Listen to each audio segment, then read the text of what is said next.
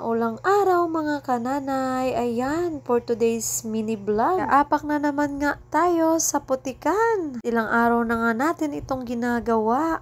Samahan nyo nga ako't manguha tayo ng mga itlog ng pato at itik. Ito nga't kumakalat nga lang ang mga itlog ng mga alaga ko. Enjoy nga ako sa pagkuha ng mga itlog at kahit na nga ganitong daan ay hindi ko nga pinapansin. Siyempre mga kananay ay careful nga lang tayo sa ating paglalakad at baka tayo ay madulas. Ito nga't may napansin na naman nga akong dalawang itlog dito. At dahil nga nandito ako sa aking mga pato ngayon ay pupuntahan ko na nga rin itong aking mga manok. Kita ko nga po sa inyo ang laman ng aking mga pugad kung mayroon nga bang mga iba pang mga itlog. So nga't naghabulan nga kami ng nakaraang araw, ayan, para silang nabigla at hindi lahat ay nangitlog. Itong isang itlog na ito ay muntik ko nang naapakan mga kananay dahil nga't hindi ko na nga napansin dahil sa putik na nakadikit dito. Yan yung mga kananay kung gaano kataas ang putik dito sa pwesto ng aking mga alaga. Pero syempre, for the goal tayo mga kananay at bawal tayo mapagod araw-araw. Araw-araw rin tayong mamumulong.